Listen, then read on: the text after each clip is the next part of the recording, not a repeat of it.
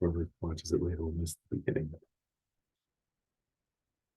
So hopefully, as we continue studying this text, you'll even get. I've been finding that for myself each time I study it, and this time too, that it deepens my appreciation for refuge practice. Actually, it's like a deeper, not just appreciation, but deeper understanding of what refuge means. It's not. Sometimes it can seem like refuge. I don't know. It's like a ritual or something, or a recitation, but that's not the meaning of refuge, right? I mean, according to this text, right, refuge is like as you transform yourself into someone who sees the truth, right, and therefore isn't suffering to the same extent, and eventually isn't suffering at all and can liberate others. That's the practice of refuge. So it becomes a very profound practice then.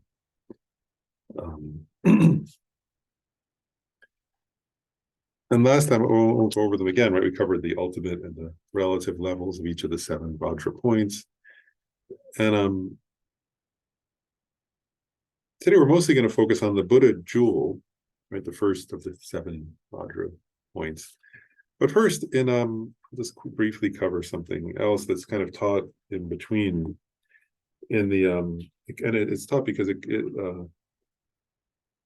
we're just mention again, right? So we're studying the Uttara Tantra, right, which is by Maitreya, but then there's a commentary that was written on it by Arya Asanga, right?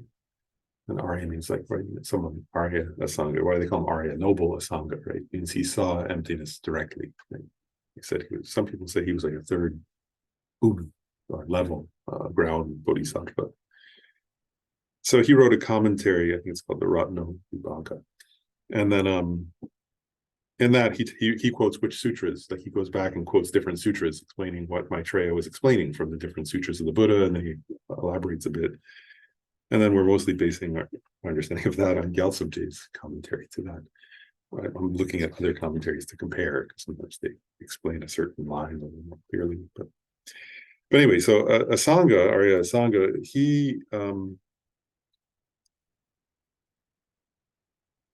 he quotes the Sutra of the 10 stages, right? The 10 stages, like the 10 bhumis. And I just thought to briefly kind of share what he says about that, because I thought it was quite helpful. And so that sutra, actually, I'll quote it directly if that's needed.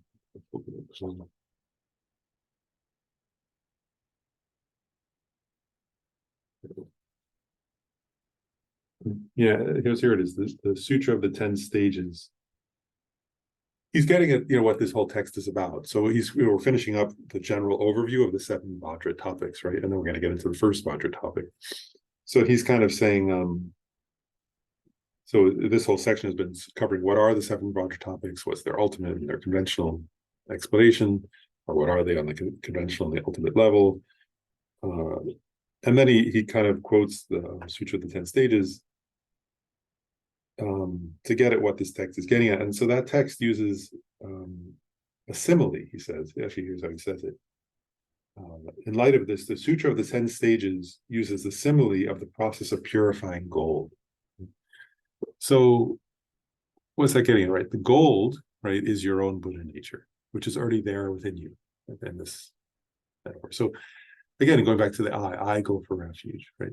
So the I that goes, I'm using that simile here, right?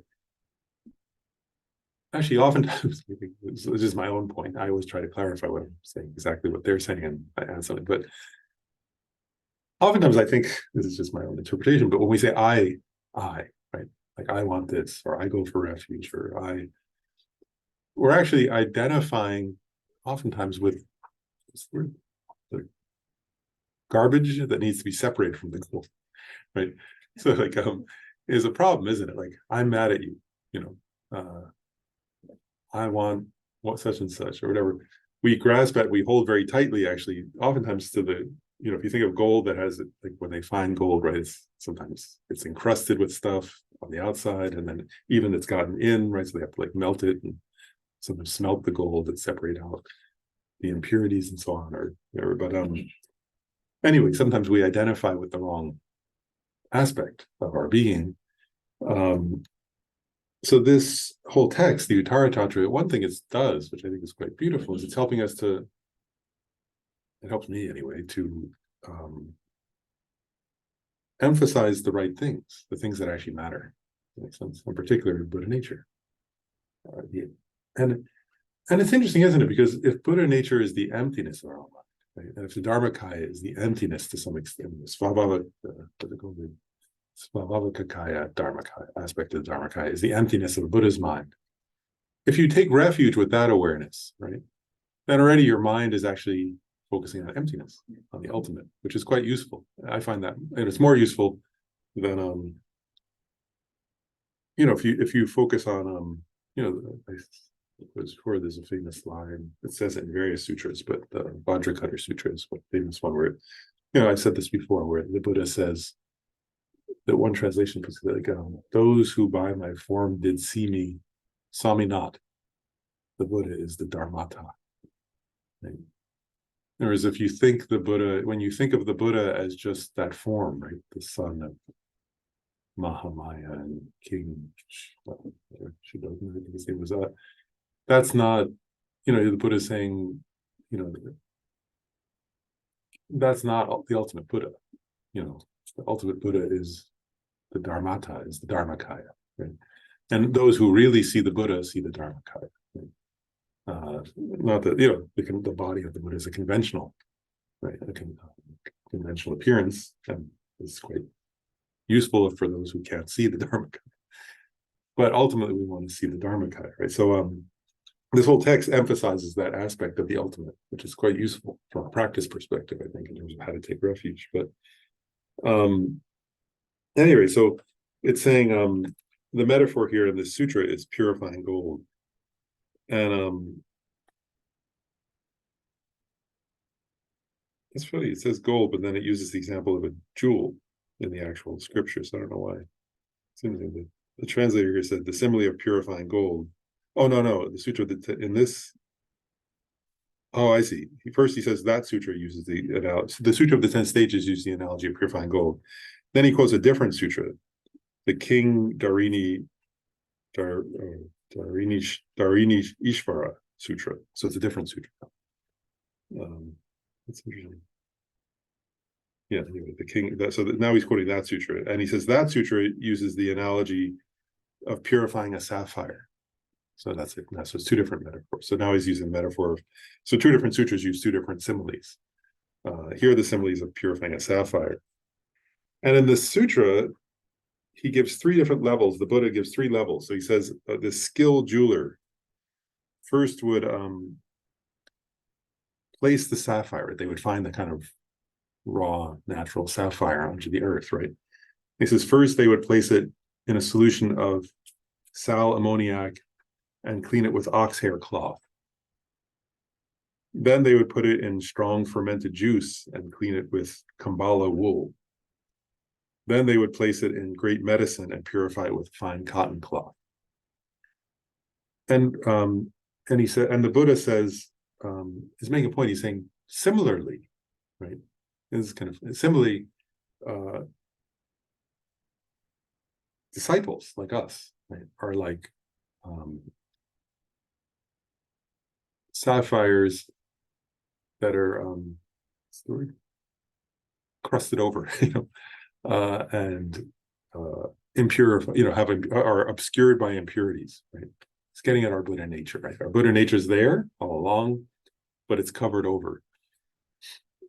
And so I think it's quite beautiful. Since first the Buddha teaches impermanence and death, the sufferings of the lower realms, how to practice guarding your karma, right? How to do an outer practice of taking refuge, how to avoid non-virtuous actions and cultivate virtuous actions. And he says this is like the first level, right? That like the sal ammoniac and the ox hair cloth, right? And do you see the point he's getting at? He's saying like you can't, because when we're at that level, right, where we're, what's the word, like where we're just caught up in this life, actually, right? And we're angry at our enemies and we're craving more, and always more. and we're so on, all that, and we're trying to get ahead of somebody else and whatever, all this stuff. So first we have to recognize this. We have to purify those gross, very and you see the point here of the purification. First, you're getting rid of the grossest and most, what's the word? Obvious level of obscuration. And those who studied Lamrim, you can see a correlation, can't you? This teaching from the Buddha's the Sutra and Lamrim. And so when you I just want to pause here because I just think it's funny, isn't it? Like I don't know if everybody's similar in this way, but sometimes we want to be the most. I don't guess it's true. We want to be the most advanced, or the most wonderful, or the most sublime. But if we're honest with ourselves, right? Have we gotten rid of the grossest level? That's the first question. And if not, then we have to think about impermanence and death, for example, right? Because it clarifies things, doesn't it? Like some of the things that seem very important suddenly can seem less important. And that's good, is what it's saying. Right. And when you think about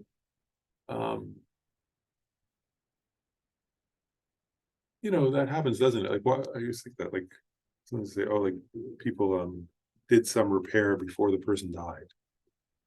Right. That happens sometimes. And you think,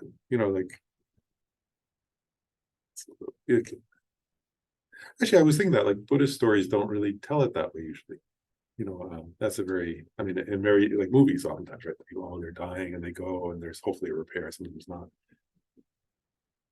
That exists in this culture. And in Buddhism, actually, you think about death from the beginning. So you try to think repair that at the beginning, or not have the problem from the beginning because you recognize that.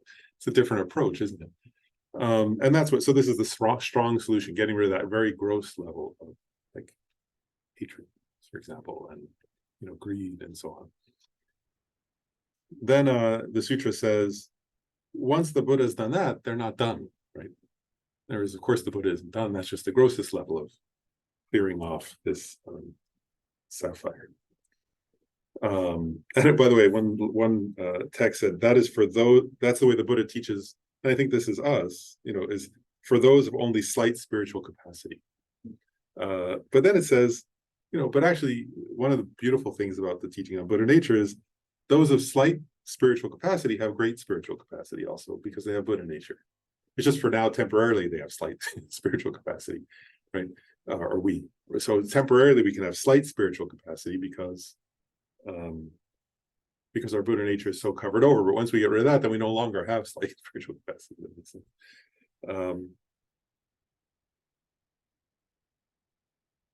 It's going to go on a very short tangent. This will make me remember this. This made me laugh. One time, Gyumei Khyentse Rinpoche was teaching at a retreat in Maryland. I helped organize it, and Khyentse Rinpoche was teaching, and he was describing a different text that had this point about different levels of disciple. And there's the jewel-like disciple is the best disciple, but there were these other kinds of disciples. And he was describing some disciples where, I think the metaphor was sandalwood, where it said there's this wonderful sandalwood in the center, but there are all these thorns and thickets and bark. And he was because it's very hard to get at this sandalwood. You have to get through, there's all these thorns and thickets. And he looked up and he just started laughing. He couldn't stop. He was describing this kind of disciple, and he looked up at the audience and he just started laughing and he couldn't speak. When you laugh so hard, you can't speak. So it was I think it wasn't too mysterious why he was laughing. It was he was familiar with that level of disciple, it appeared. And I remember laughing and thinking, it was, but then it's okay to be that level of disciple, if that makes sense, until we're not, right? Because we can, we are where we're at. And if we're that level of disciple, then we need to practice the teachings on impermanence and death and karma and so on. And then we progress to become the next level of disciple. So anyway, I just remember that. Made me laugh when he was laughing, because I thought there was no question to ask at that point. Right? But once you've gotten through that level of, once the Buddha's done that, it says, then the middle, right? There were three levels here. Then the Buddha teaches there were different presentations here, but there are a few teachings Buddha gives. So one is the Buddha teaches a coarse level of selflessness, which are in the sutras, by the way. If you study if you study tenets, there are these like the lack of a self-sufficient, substantially existent self, for example. Or that's according to Prasangika Madhyamaka, or according to Madhyamakas, that's a gross level of selflessness. Or there's the lack of a permanent self and so on. Is it a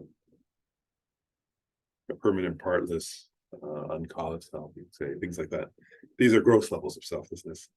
The Buddha also teaches, actually, there's a beautiful passage by Chandrakirti, who's a wonderful teacher of ultimate truth, the ultimate subtlest level of truth, where Chandrakirti makes this point, actually, that this text is making.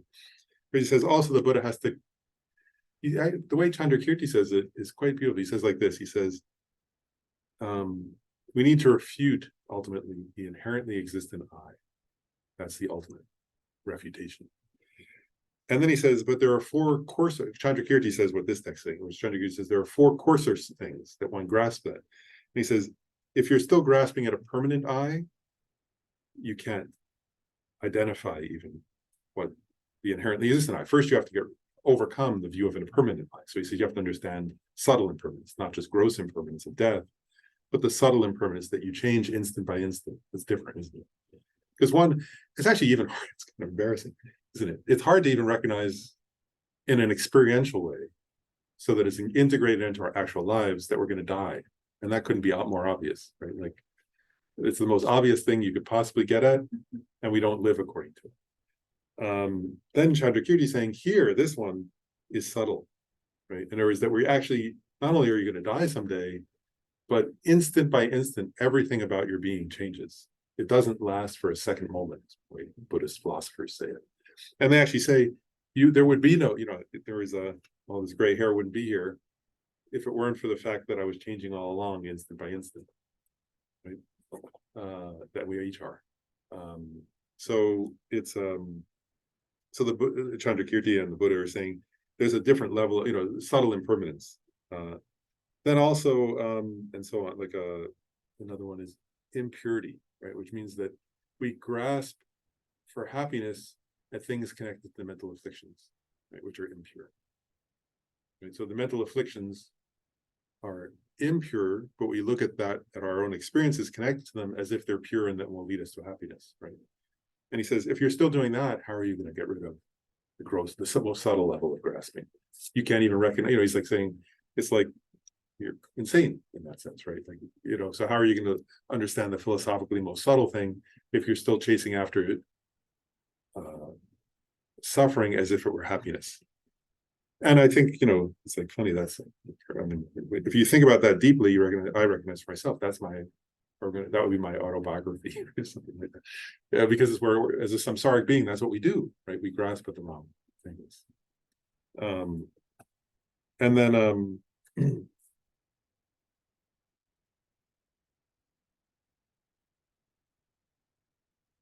yeah, well, anyway, and the ultimate one here is won't go through all of it in too much detail, but the other one is those coarse levels of selflessness, right? And one is acquired, right? So acquired wrong understandings, like from our culture, from our philosophies that we studied, we can grasp at a kind of wrong idea of the self that we've acquired, and then also there are innate ones in us, innate levels of grasping at a self that are not correct.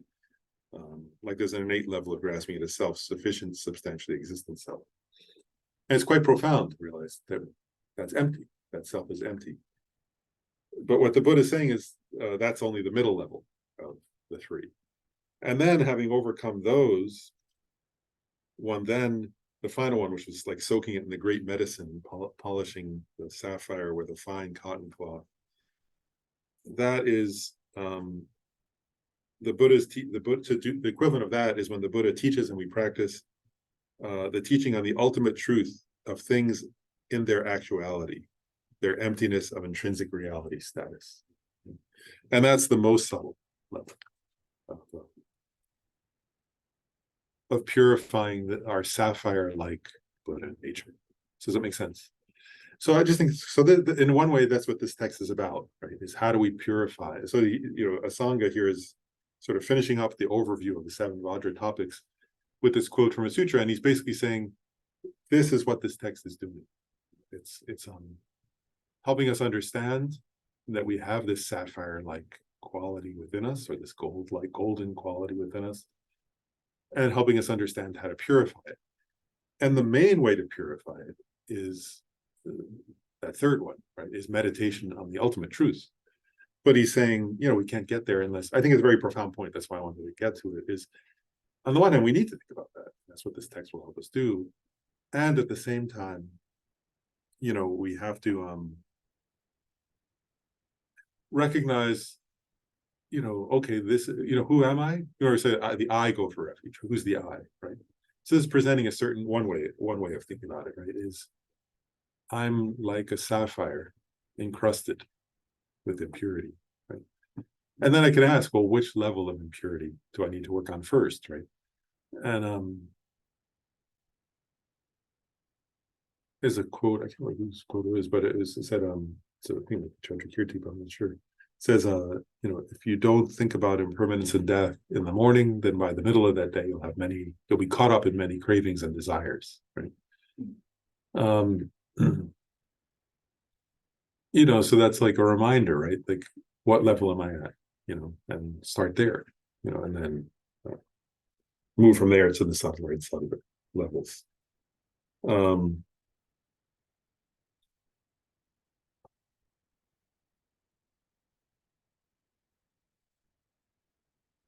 Yeah, and so then that section kind of ends just with that with this kind of overview that so there are these 7 broader topics. So that's what some so I'm just getting it. That's the kind of what this text is about. There's going to be an emphasis on the 4th Vajra topic, right? What's called Tathagata Garbha, or the element, we call it, right? That there are different ways to translate that. So yeah, some of the I'll just say that Tathagata, right? We call it Buddha nature, right? But the actual Sanskrit term is Tathagata Garbha. So I said this before. Tathagata is one. We sometimes say well gone or thus gone, right? And then Garbha, my note here, Art. Well, different translators translate it differently, but Art Engel, who's a wonderful translator, was saying it can mean, and he studied Sanskrit, so he was doing etymology. So he was saying it could mean matrix, element, embryo, essence, seed, womb, and other translations, or heart, like heart essence, like essence in the sense of heart. Like so they're different. So you could say, it's interesting, isn't it? Like you could say, is it the seed of it? What is it? How does that feel though? Like you say, instead of Buddha nature, if you think I have the seed of a Buddha, of one that's gone, or I have the heart of one that's gone, or the essence of one that's gone, or the womb of one that's gone, the embryo of one that's gone. They're just different, translating into English, right? There are different ways to get at that. But anyway, you can think about it, for yourself and see which translation resonates at different times. But then we turn, to the actual. So now comes, and most of this chapter will be on a lot of this chapter will be on the 4th, as I said, Tathagata Garbha with element. But the next is the 1st Vajra topic, right, which is the Buddha jewel. And in our text, that's on page 2, where it says the Buddha jewel, right? The resultant 3 jewels, and then the Buddha jewel. It says, I bow down to one without beginning, middle, or end, who has pacified exertion, who through Buddhahood awakened to enlightenment, who upon enlightenment revealed the fearless and permanent path, so that those who had not realized it might do so, who carried the supreme sword and vajra of knowledge and loving kindness, who carrying the supreme sword and vajra of knowledge and loving kindness, slashes the sprouts of suffering and destroys the wall of doubt with its surrounding darkness of obfuscating views. So let's read the whole section. It's quite beautiful, isn't it? Uncompounded, effortless, not realized by other conditions.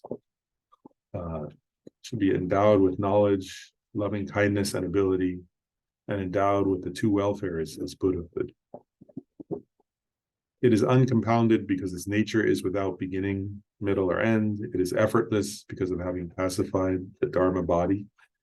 It is not realized by other conditions because it is the object of realization of oneself. It is knowledge because it has realized the three aspects. It is loving kindness because it shows the path. It is ability because it abandons suffering and afflictions through the exalted wisdom and compassion. The first three qualities fulfill one's own welfare. The latter three fulfill the welfare of others. So that's the section on Buddha, Jules. And the various commentaries point out that this little section, this little poem. So first of all, it's a poem. It's poetic, and it's praising the Buddha, right? It's a poem praising the Buddha jewel. That also explains some things about the nature of the Buddha jewel. And it does that in by covering 8 qualities.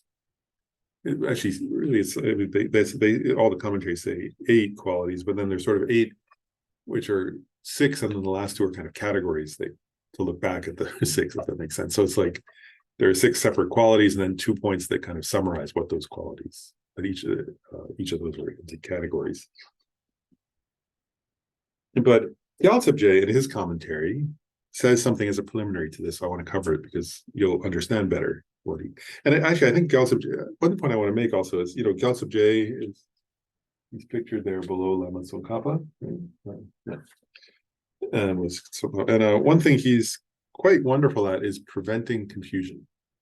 Like, in other words, there are points that can be confusing, and if you look at, like, I've been reading many different commentaries, and to be honest, some of the commentaries are easier to read than Gyaltsab Je, because Gyaltsab Je does he's kind of like Lama Tsongkhapa. I remember the Dalai Lama was saying this about Lama Tsongkhapa.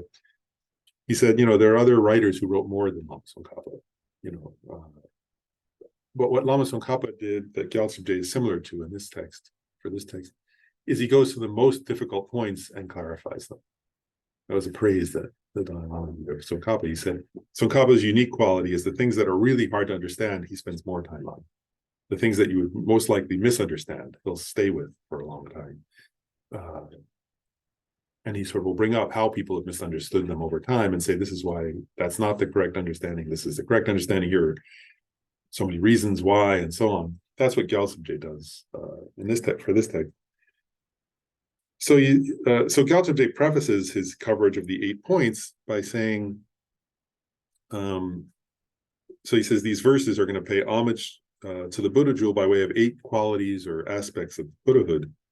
And then he says, in order to understand them correctly, you should understand that in general, the qualities or excellences of the Buddha jewel are contained within 2 categories, one of which is then subdivided. He's talking about he's not always the easiest, but he prevents misunderstanding. So what are those qualities? So the first of the 2 categories would be the Dharmakaya. And the second would be the form bodies, right? So the Dharmakaya is the mind of the Buddha, right? The truth body. And then there are form bodies, right? And you can say form bodies there are various types of form bodies. There's sometimes we say the Samogakaya, the enjoyment body, and the Rupakaya, or the Nirmanakaya, the emanation body, we say. And then there are different types of emanation bodies. There's the supreme emanation body, which is like Shakyamuni Buddha. And then there are like artisan emanation bodies, like musicians and artists who Buddhas manifest as to benefit the society, or sometimes Buddhas manifest as animals or as all kinds of beings. So there are many different types of form bodies of Buddha.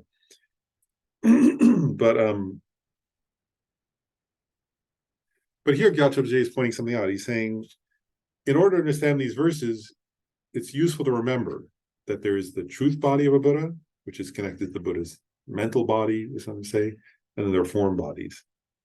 And then when you think about the truth body, the Dharmakaya of the Buddha, it's useful to remember that there is what they call it, sometimes they call it the nature body, or this Svabhavakaya, nature body, I think, which he says is the natural purity or the emptiness of the Buddha's mind, and therefore is uncreated, right, in the sense that it's not something that arises due to causes and conditions. Then he says there's also, though, in the Dharmakaya category, it's knowledge. And then he calls he says it's the intuitive wisdom, knowing things as they are, not realized by the influence of others, but as a result of one's own discriminating wisdom.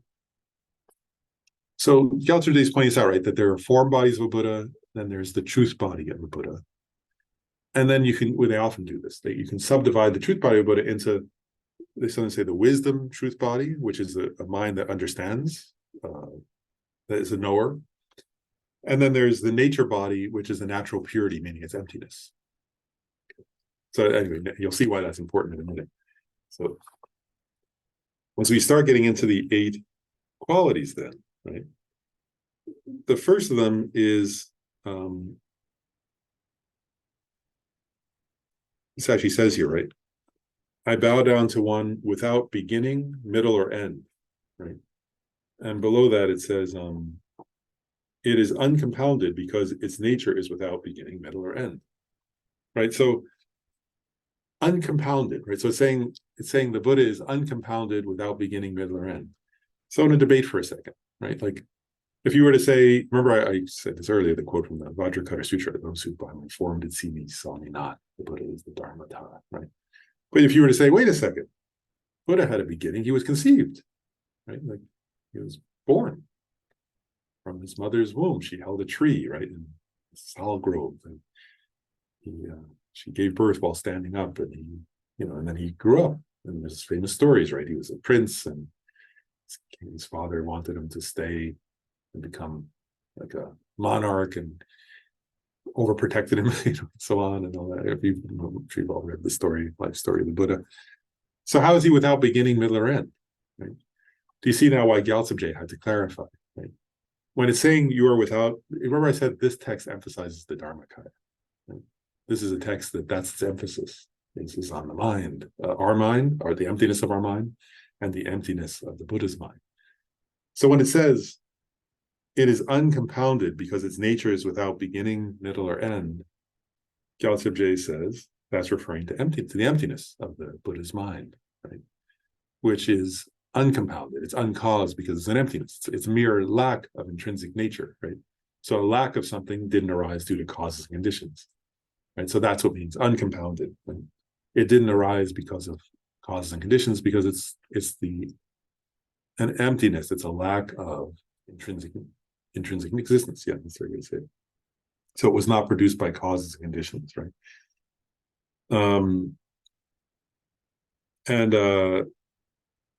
So it has no intrinsic beginning. It doesn't abide. It has no disintegration. It doesn't disintegrate moment by moment because it's an emptiness. Knowers, right? Like a mind that's an awareness is a compounded phenomenon. Even the Buddha's awareness is compounded. It arises due to a previous moment of the Buddha's wisdom, right? It has a cause. So one moment of the Buddha's omniscient mind arises due to the previous moment of Buddha's omniscient mind, just as one moment of your mind arises due to the previous moment of your mind. So you can't say that a knower is uncompounded. And Gyaltsab is clarifying this because sometimes people have misunderstood it and thought, oh, the Buddha is totally uncompounded. But that wouldn't be reasonable, would it? Because the Buddha has a body, right? Buddhas have bodies. They teach, they interact with students. So that wouldn't make sense. So it's the emptiness of the Buddha's mind. The Buddha's nature body is uncompounded without beginning, middle, or end. And Rajiv has a question. Yeah, so I have quite a bit of question on this topic. So one hand we are saying inherently doesn't exist. That's Prasangika view of everything, right? Including mind. And then we're saying here again, oh yeah, Buddha nature exists. I think there's a conflict there between the two. One thing there. The second thing is, so what you just said was Buddha, there is a Buddha nature, Tathagata in all of us, but it doesn't have in Buddha. Right. Buddha doesn't have that. Yeah, understand that correctly? Yeah, that's correct. So it's kind of conflicting in a sense. Is it definitive? Is it not a definitive teaching? A couple of points. I'll answer the second question first, and then I'll go back to the first one. The point about the point about sentient. We said this text says sentient beings have Buddha nature, but Buddhas don't have Tathagata. They don't have that. Correct way I think to understand that is that the definition of the ultimate referent for the term Buddha nature is the emptiness, so the lack of intrinsic existence of the mind of a being who still has obscurations. So that's how they define what is Buddha nature. So at the point where that being no longer has any obscurations at all, the emptiness of their mind is now called the nature body, or the Svabhakakaya, Dharmakaya. So in other words, what you could actually say is that the emptiness is unchanged. Actually, it's the label change. At that point, because it's no longer connected to obscurations. It's not called Buddha nature anymore, because Buddha nature, you could say it this way: Tathagata Garbha means the seed, right? Or as we just said, right? There are different translations, but the seed or the embryo. So at that point, it's no longer an embryo. So you would say you wouldn't label it that way. Now you label it the nature body of a Buddha, but the emptiness is still the emptiness of the mind of a sentient being, and the emptiness of a mind of a Buddha are equal, in the sense they're equally empty. But you change the label because it's like in one sense it's a little like it's like the same. If you think of a princess who becomes a queen, right? Up to the day of her coronation, she's called princess. On the day she was coronated and put the crown on, then you can't call her princess anymore. You can now call her queen because she's wearing the crown and was coronated. So it's kind of like that. So it's not a change in the essential nature in the sense of emptiness. It's a change in the label because of in my example of the coronation, is the coronation, and in this case, it's the attainment of enlightenment. So at that moment, you change the label. Right. So in my interpretation would be, it's interpretive, depending on the viewpoint. If you've seen emptiness, probably this is not the ontological part of things that I want to accept, like personally speaking. Well, soteriologically in the path, yeah. Probably. Yes, a soteriological point, that one.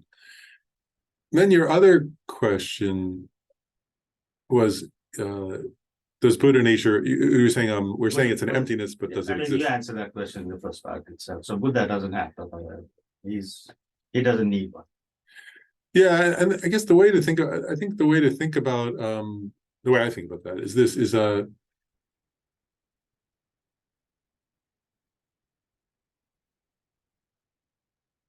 when we're what's the word here, right? The teaching in this in Uttara Tantra, that the mind's ultimate nature is emptiness. That's a definitive teaching because it's it's a teaching on emptiness. Yeah.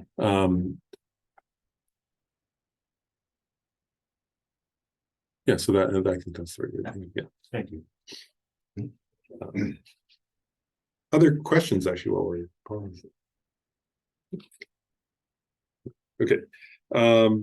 So the first of the qualities, though, is uncompounded, right? Of these 8, and which is here described, right? First it says without beginning, middle, or end. Then it says uncompounded because it's without beginning, middle, or end. So that's getting at the nature body of a Buddha, that it's an emptiness, therefore it doesn't arise due to causes and conditions, so it's uncompounded. Then the next quality, it says here, there are different, it says pacified or peaceful or pacified exertion. And other texts also describe this one as spontaneous or effortless. And what this is getting at is that a Buddha's, I'll say it this way, I'll just say it, I'll go over it point by point here. Peaceful, or so the Buddha's dharmakaya, the Buddha's is peaceful or pacified exertion. What that means is that a Buddha is free of all conceptuality. So the Buddha's activity is spontaneously present and effortless. All subject-object reifications are pacified. And here's how Gyaltsab Je puts it. He says, though the truth body is uncreated as being a Tathagata in eternal concentration on thatness or emptiness, and is of the characteristic of non-engagement with the slightest effort or motivation to teach, all the enlightened activities of a Buddha spontaneously proceed for all beings until the end of samsara, without regression, by obstacle or interruption. So what this is getting at is a teaching that's often taught, actually, or taught in various scriptures, which is that the Buddha's activity takes no effort on the part of the Buddha. That it's a natural, spontaneous expression of the Buddha's non-conceptual wisdom. So that and that's what he's getting at here. So the Buddha is in a state of non-conceptual meditation on the ultimate truth. And one of the unique qualities of a Buddha is that while remaining in this kind of non-conceptual meditative absorption on the ultimate truth, the Buddha spontaneously and effortlessly manifests, teaches, and manifests to benefit others.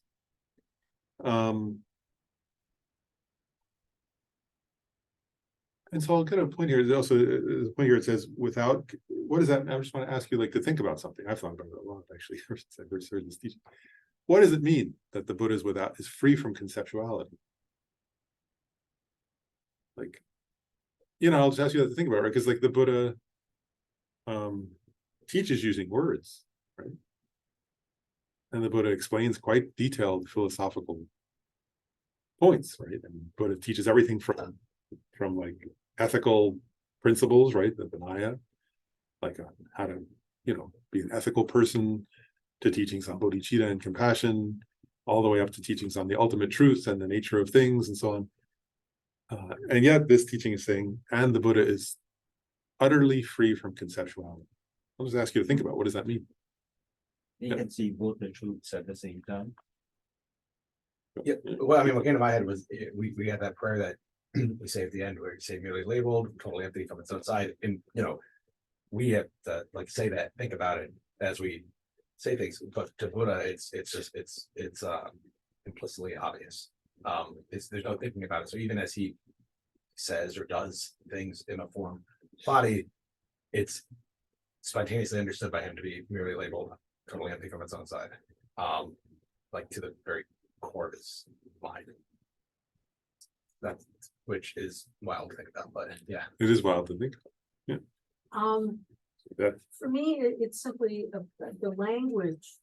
Doesn't the Buddha teaches to audiences the of different levels, and none of those audiences dwell in a world where there isn't speech. If you get my drift, so his speech is to accommodate us.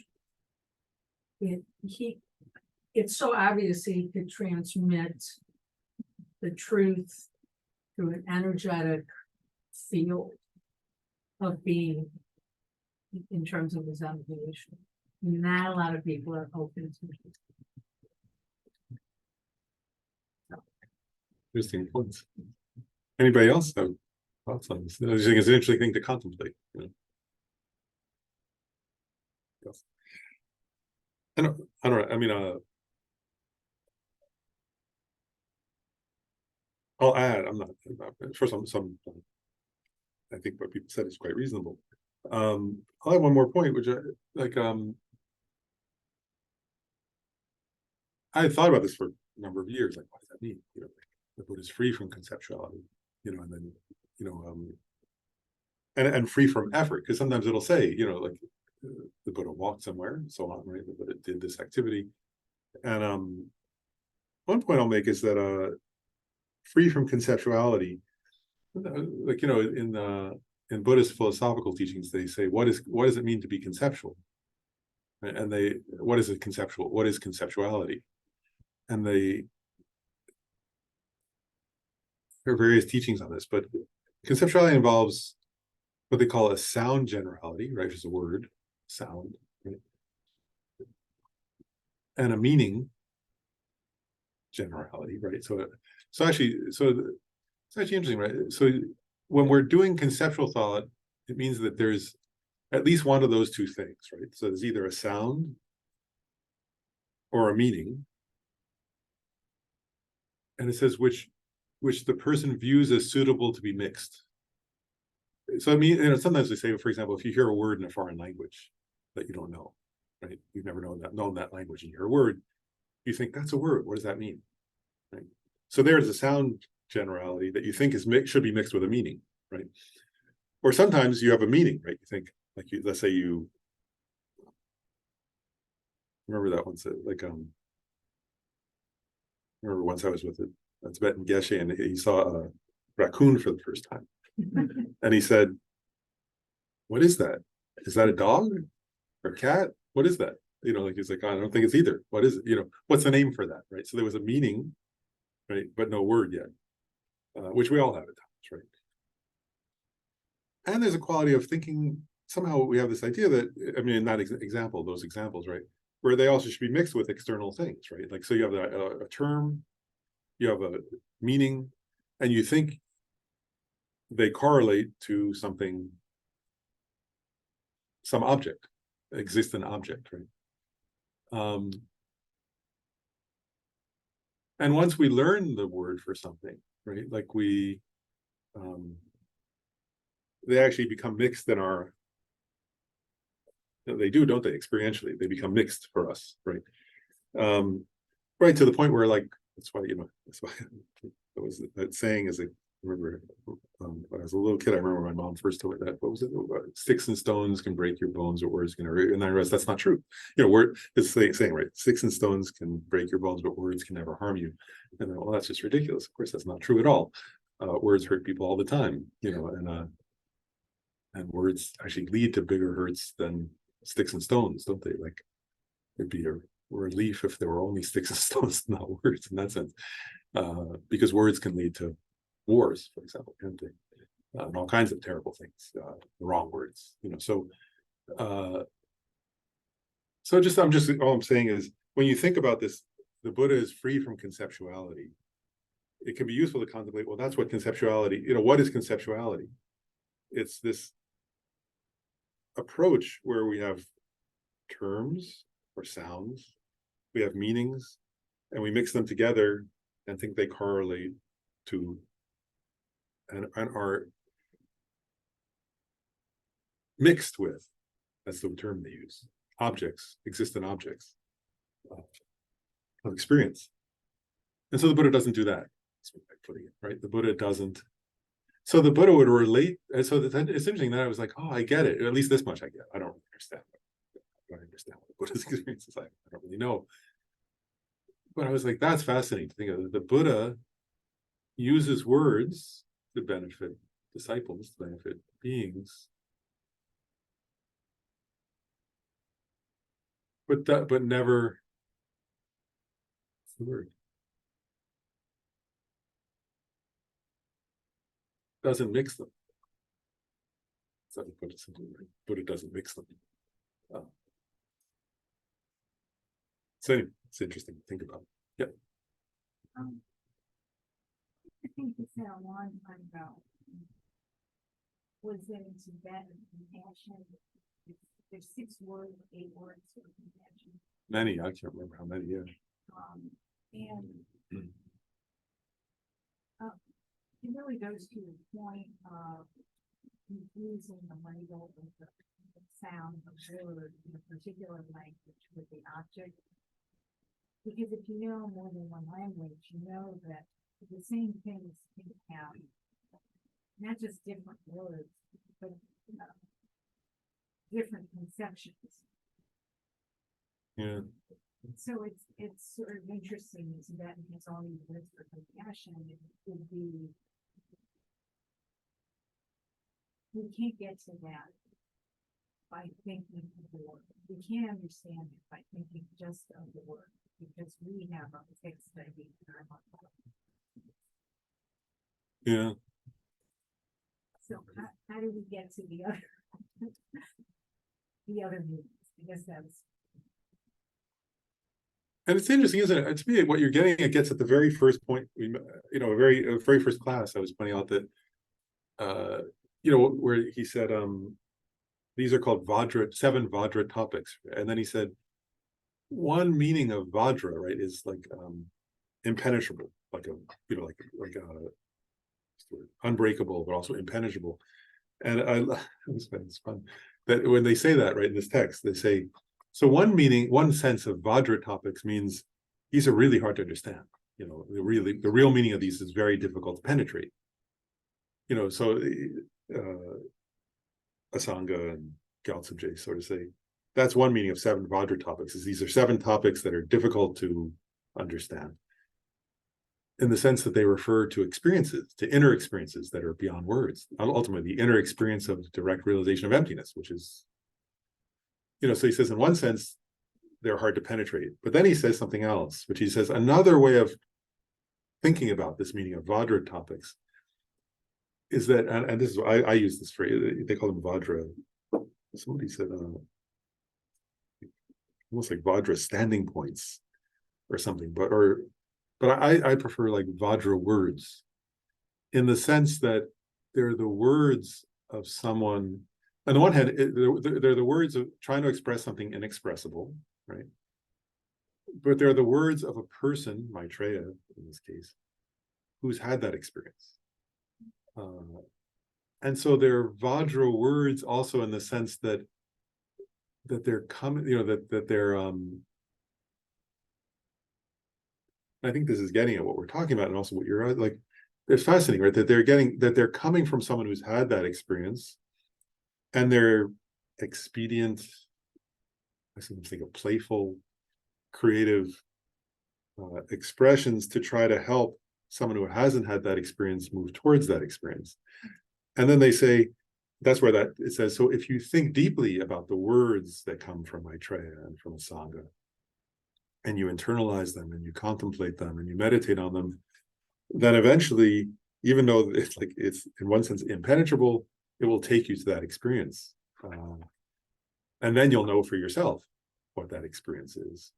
So it's a very interesting sort of way that term Vajra terms to me, or Vajra topics, gets at what you're getting at in a sense, right? That to recognize certain things are inexpressible, but then to use language, or this is my own, the way I think of it sometimes, is to play with or be creative with language, in order to help others get to that experience. And what's interesting, I think, in Buddhism that I've just contemplated oftentimes is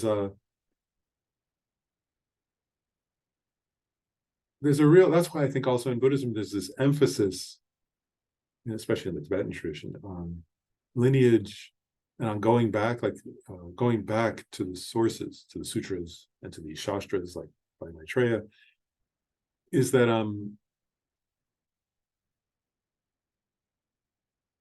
that they need to be Vajra words. They need to be the words ultimately of someone who's had the experience.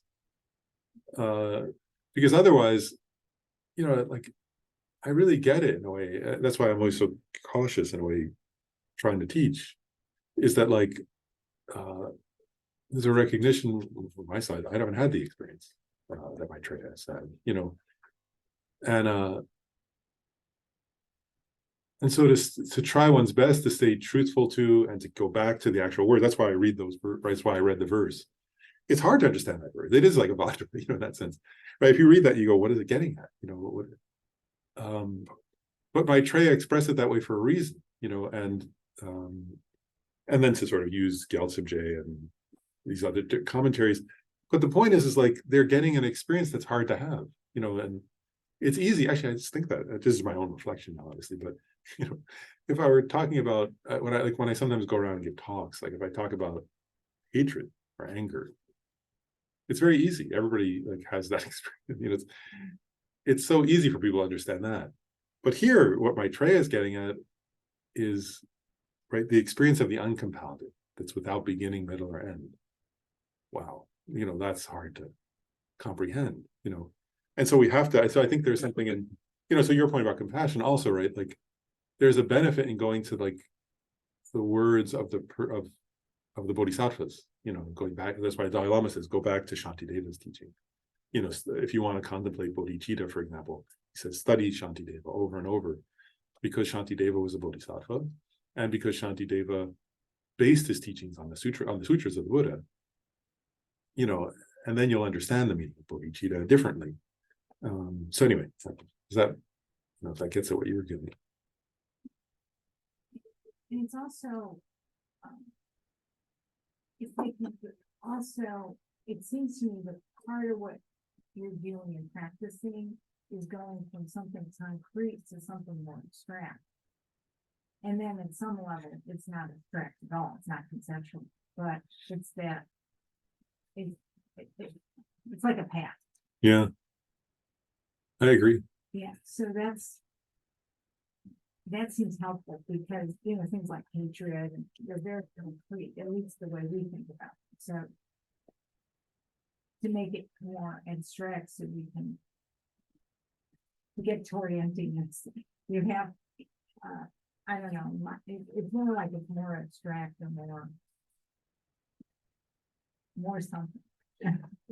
Less Yeah. conception. Yeah, they say that actually the way they present emptiness, for example, in the sort of process. Emptiness itself is emptiness, but when they talk about the process of realizing emptiness, what they actually say is the first realization, the first kind of realization, but the first experience is through listening, right? That you have some kind of experience, so like you're listening to your Lama or something, it seems, the Dalai Lama or something, great Lama, and you have some kind of experience of understanding what they're saying. And that's conceptual. It's, for us, it's conceptual understanding through the power of someone else, even, it's through their words and but that's the first step, and then you think about it over and over. You go back and you contemplate on it, if you're going to make progress, actually. And eventually, through, you get different levels of understanding through your own power. And there comes a point, a very important point, they say, where you gain correct inferential cognition, which is conceptual. But actually, they say it's the Dalai Lama described his own experience of that when he was young. He said it was like being struck by lightning, kind of something like that. I think that was the phrase he used. It was like so powerful, it was like being struck by lightning. And they say that's a correct realization of emptiness. That's totally conceptual, actually. And then you meditate on that. And eventually you unify that with calm abiding. That's still conceptual, and then through that, eventually you come to a direct realization of emptiness over a long period of time of practice.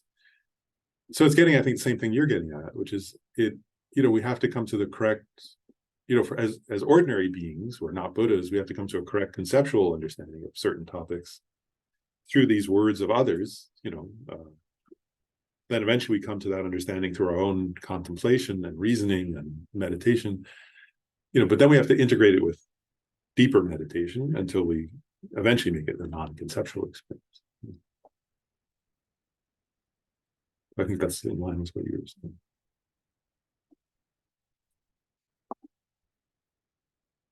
Well, actually, that gets, I'll cover the third of these 8, because it's connected to what we just said. So the third here in the text is where it says not realized by other conditions, uncompounded, effortless, not realized by other conditions, right? And then it says it is not realized by other conditions because it is the object of realization of oneself, right? So what that's saying is this is talking about Buddhahood itself, right?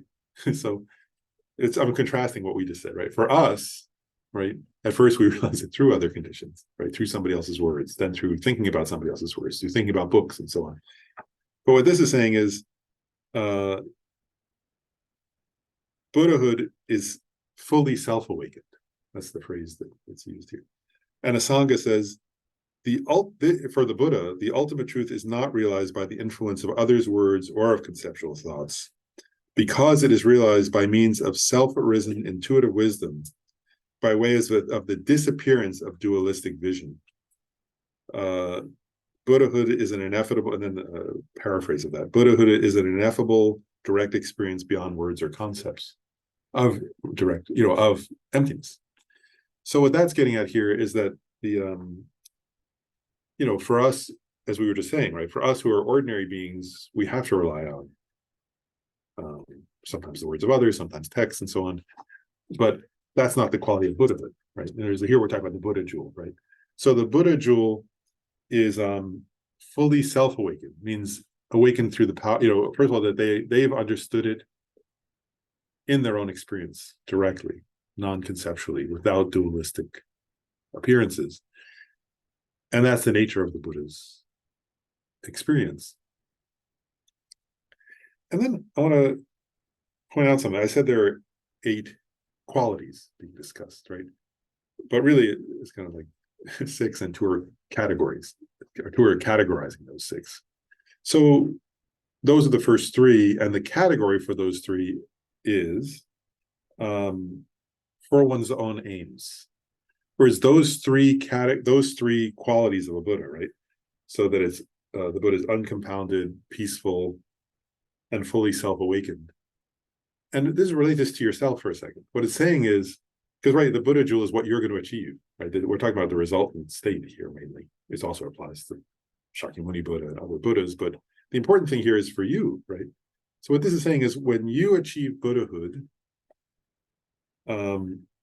your own welfare will be completely accomplished. And that's because you'll have the Svabhavakaya, right? You'll have the uncompounded nature body of the Buddha. That's without beginning, middle, or end, right? You'll be pacified of all exertion, your activity, so you won't have to make effort. You'll be pacified of conceptual thought, right? Your conceptuality will have been pacified. And you'll be fully self-awakened, right? Not reliant on anyone else. You won't need to rely on anyone else for your understanding, because your understanding will come from your own wisdom. You'll have that kind of wisdom. And a couple of points I want to make. One is, that's what that's saying. So that's the first of 4. Now I've covered the first 4 of these qualities, right? Which are those 3, and then that will be the culmination of your own welfare for yourself. And what I want to ask you also is, this is a Mahayana teaching, right? This is a teaching of the Mahayana Buddhism that's talking about, bodhicitta. And I want to just say, I just think it's interesting to contemplate again, just for us to, this is the text for contemplation, obviously. So I want to contemplate for a moment. That means Maitreya, right? The loving one. It's a statue of Maitreya. He's here in the center. Maitreya is saying to you that by practicing this, that he's teaching this path that was taught by the Buddha. And half the reasons he's teaching it, right? He's teaching 8 qualities. Half of them are that you'll achieve your own welfare. And he's not only giving you permission to achieve your own welfare, your own ultimate welfare, he's encouraging it, right? He's saying, he's not literally saying this, but it's as if Maitreya is saying to you, I want you to achieve your own ultimate welfare, your own ultimate aims, your own ultimate well-being, right? To be in a state that's uncompounded, without beginning, middle, or end, that's spontaneous and effortless, that's fully self-awakened, and has intuitive wisdom that understands things, everything non-conceptually, non-dualistically, and directly all the time. And I emphasize that partly because it's remarkable and it's in the teaching, right? He's saying that's the 4 out of the 8 qualities of Buddhahood are for you, actually. This is your aim, right, to achieve Buddhahood, according to this suggesting in this text. And 4 of the 8 qualities are because you'll completely achieve your own welfare. And I personally, I'll just say, now I'm sharing my own reflection. I personally find that touching, actually.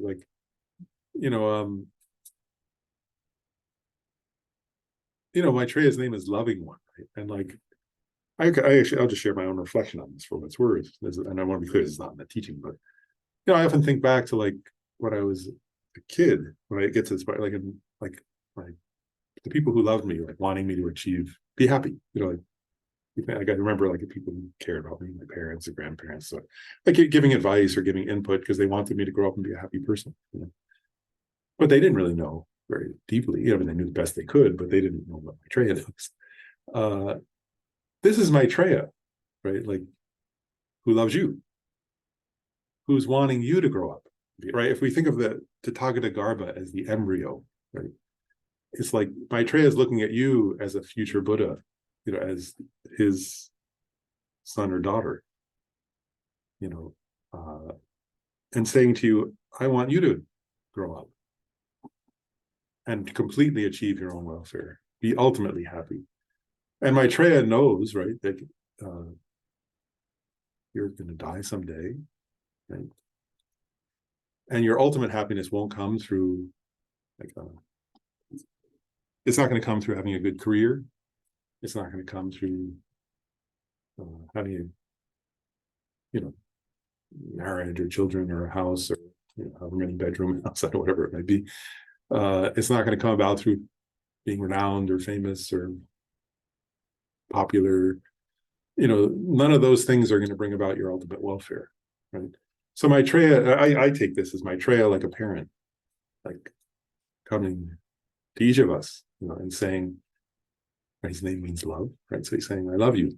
That's what Maitreya's nature is, right? And I want you to achieve your own ultimate welfare. And your own ultimate welfare will be your Dharmakaya, your truth body. And you can achieve it how? Through wisdom, right? Through wisdom of the ultimate.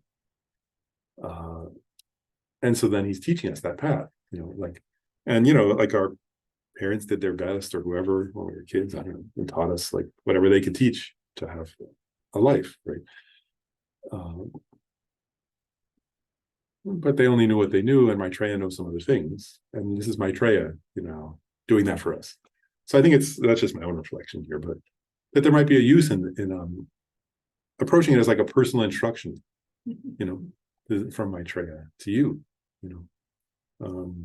teaching that, right? Because and so we'll in minutes we'll stop with these first four of the 8 topics of the Buddha jewel. But thank you for sharing that. What you just said about Maitreya, it's very helpful. While you were talking, I was also thinking something His Holiness once said to a group of people. It was like, everybody's thinking about taking a wonderful vacation, and that's going to bring happiness. And then he said, if you really want a real vacation, this is what you should do. Like you're saying, effortless, spontaneous. That's the real vacation from Sampara. it really is. It's like, and it's strange, is it like, this teaching on Buddha nature suggests, is really saying, it's not just suggesting, it's saying it's possible to achieve that for you, for each of us, for each person. And can we do we have conviction that's true? Like, actually, I had a kind of weird, an interesting moment once, a few months ago. I was talking to some friends who had kind of gone off and done many years of retreat and achieved, I think, quite a high level of realization of practice through their practice, had really gotten the result of some of these experiences. And I was asking them like how they set it up. I was asking them details, like, how did you set up your experience? What did you do? What did you not do? How did you what worked? What didn't work? I said, I said to another friend, I always assume I'm like, I think correctly, it served me well to assume I'm less intelligent and have less merit than my friends like that, because it's true. And so it's better to learn from somebody else's experience sometimes. But anyway, they were sharing what they did, and they said, they had remarkable sort of success in their practice, through practicing. And they said to me, with the part that struck me is they said, nobody ever asked us that. Like, nobody ever asked us how we practiced, and I was like, wow, like we must not think we can achieve the result. Like, it's almost like, or else people would ask, because that's it's the most important question, isn't it? Like, if you can achieve that result, this state that Maitreya is describing, what else is worth achieving? You know, and I was like, wow, but people ask all the time. It was like, just striking me, because I was like, people ask all the time, like, how do you, like, actually, it's funny. I'll contrast it for a second. Like, I was thinking of somebody I was talking to recently who's like very rich. And people ask him all the time, how do you get rich?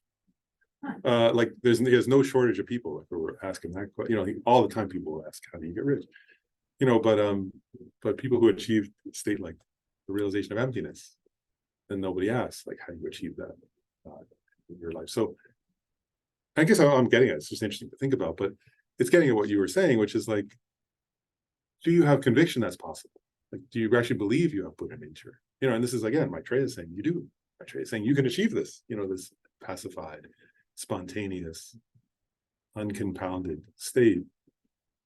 And do you believe that, or do you not? And do you believe it's true for you? You know, because that's what Maitreya is not saying it's true for somebody else, right? When he's saying Tathagata Garbha, he's saying you have that. You're the sapphire. You're the gold. Uncover it. Here's how. You know, here's what it'll be like. And here's how you do it. Do you have conviction that's possible? Do I? Do we? You know, just that, I think it's fascinating questions to contemplate, and that's again why I think this text is a contemplation. Thank you. I was just thinking, I mean, it's a it's a deep question, but if you look around and see people that have done it, you know, or that are beyond what you're capable of, I mean, it's inspiration, right? So why wouldn't you think that you could do it? Yeah. Unless you think you're just inherently capable of doing something that other people can do. It's inspiring. Yeah. Yeah, and I will share that too, because sometimes, like for me, it's been quite helpful. Right? Like, I mean, I've certainly known some Tibetan monks who are quite remarkable, but I will share that. I mean, now it's been long enough. I know some, just, you know, like, because like the Dalai Lama often says this, right? Like, you shouldn't think it's because of somebody, like, you know, it was like, sometimes we think, oh, it was the Dalai Lama, so it doesn't count or something. You know, he was the Dalai Lama for he's the 14th time, and you know, it's like, you know, and he was already enlightened 14 lifetimes ago or something, or you know, whatever, long before that, I guess, actually. But he's not Avalokiteshvara. But so it's helpful for me personally to know some people who, you know, grew up in ordinary, you know, who grew up and went to like school and, you know, had relationships and had failed relationships and had a job and then practiced and then actually gained the realization of emptiness, for example, and so on. For me, that's helpful to recognize it's not, you know, that it's not something, you don't have to be a tulku or some other thing to do that. You don't have to be somebody other than you are. Everybody has Buddha nature, so we just have to practice. You know, I agree. That's, for me, that's been helpful to know some people. But